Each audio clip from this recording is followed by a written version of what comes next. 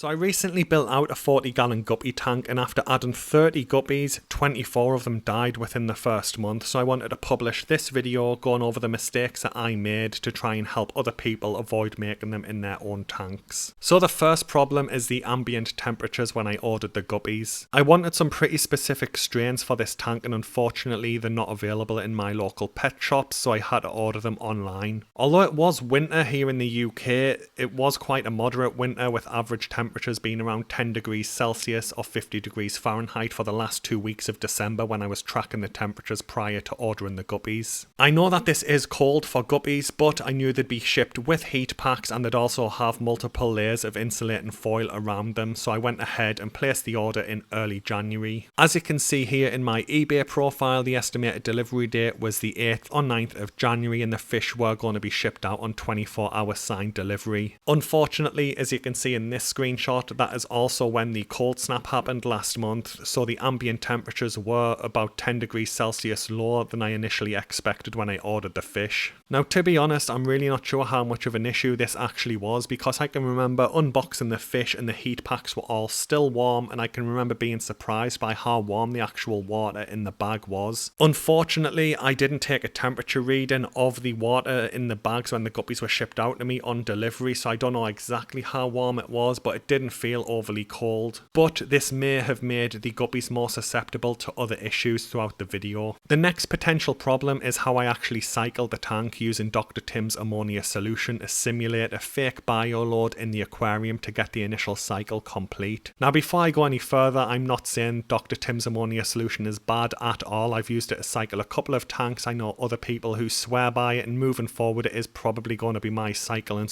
option of choice. The problem is the specific method I had to use for this particular tank, because usually I'd add 3 to 6 guppies, wait a couple of weeks and repeat the process over and over, giving the beneficial bacteria colonies enough time to grow and adapt to the additional bioload. Because I had to order all 30 of these guppies online at the same time, I knew this wasn't going to be a possibility, so I decided to dose the tank in a slightly different way. Initially, I stuck to the default instructions of adding enough ammonia to get the tank to 2 ppm ammonia, and then repeating the process until the beneficial bacteria colonies in the tank are able to reduce the ammonia to 0 ppm and the nitrite levels to 0 ppm within 24 hours. At that stage, I simply just started to increase the initial dosing of ammonia to boost the beneficial bacteria colonies by giving them more food. So for example, instead of say adding 10 drops every morning to get the ammonia levels up, I'd add 12 and then I'd move that to 14 and then to 16 just to get it as high as possible safely, so when I added the fish, the beneficial bacteria colonies would be able to support them. In my opinion, this method worked perfectly fine because I added the fish, and for the first week or two my liquid test kit showed 0 ppm ammonia and 0 ppm nitrite. The problem is that there may have been levels of ammonia or nitrite in there that my liquid test kit couldn't detect because it starts at 0.25 ppm. So moving on to the next reason, and it's tail rot, and I didn't see the symptoms of tail rot for about a week or maybe a little bit more, and I only saw the symptoms initially in one guppy, so I quarantined it, and my thinking was I'll just dose this one fish in the quarantine tank with treatments and keep it separate from all of the other guppies. One point of note is that I'm in Europe, so any products with antibiotics in them are actually illegal and you can't buy them. A vet has to prescribe them for you, so we use products like Isha 2000 that really aren't as effective as the stuff you can get in the United States. Unfortunately, that initial guppy in the quarantine tank didn't make it, and about 2 days after that one had issues, I found another one that had tail rot, and then it just spiraled out of control from there. That brings me on to the next potential problem, and I know this one is controversial and some people like to add medication to their aquariums instantly as soon as they add fish to their quarantine tanks, but I personally am on the other side of that, and I don't like to actually start dosing meds or adding chemicals until I see an issue. So because of this, I didn't actually start tank-wide treatments until I saw these symptoms of tail rot in the second guppy. So in theory, if I did start dosing tank-wide treatments on day 0, which would have been over a week prior to when I actually did, none of the guppies might have had tail rot or the fungal infection that I'll talk about next, but unfortunately we'll never know. So the next problem, as I've just mentioned, is fungal infections, and I've actually had this exact problem with 2 totally separate guppy colonies now, and I honestly think modern guppies are just more susceptible to fungal infections. So I first noticed the infection on this little guppy about a day after I noticed the second guppy with the tail rot, but by that time I was starting tank-wide treatments anyway. Unfortunately, fungal infections just spread like wildfire with guppies in my experience. It's happened with 2 colonies, and I honestly think within days probably 20 of the guppies ended up with fungal infections, and a lot of those 20 also had tail rot symptoms as well. So with so many of the guppies having so many infections, there was about a week where I'd lost 1 to 3 guppies per day, and it got so bad that I'd wake up and I just wouldn't even want to check the tank because I knew there'd be dead fish in there. And this brings me on to the next potential problem, and that could be a lack of oxygen in the tank, as the majority of the guppies died during the night. I did have to euthanize some of the guppies because when I checked the tank on the morning, they were laying on the substrate alive, but they were too weak to move, and the ammonia shrimp in the tank were just eating them alive, and I wasn't letting that happen, so I did euthanize some of them, but it was always on the morning. It was as if something was happening at the night. Now the back 25% of this tank is heavily planted with stem plants. I do have a little crypt field in the mid and foreground that is starting to grow in, and I do have floating plants in here as well. The potential problem is that plants do produce oxygen during the day, but during the night there's no light, so photosynthesis actually stops and the plants will absorb oxygen rather than produce it. I do have an air stone in this tank, and I would have thought that this would easily have been enough to prevent this from being an issue, and I really don't know if it was a problem. It could have just been some random coincidence that the guppies were dying during the night, but I did find it strange. Out of the 24 guppies that died during the night, I can only remember 2 of them dying during the day, and even though I did euthanize 5 of them, they were on the substrate in the morning when I did check the tank for the first time that day, as if there was an issue during the night and they just had to rest on the bottom and the ammonia shrimp started to eat them. The next problem is the ammonia death spiral. I don't actually know what to call this, but this is the issue of a guppy dying during the night like I just mentioned while I was asleep, so I couldn't do an instant water change or remove the corpse of the guppy, so there was an ammonia spike. By the time I'd wake up it'd read about 0.25 ppm. Then I'd do a water change in the tank to fix that, and then every day for quite a while, to be honest,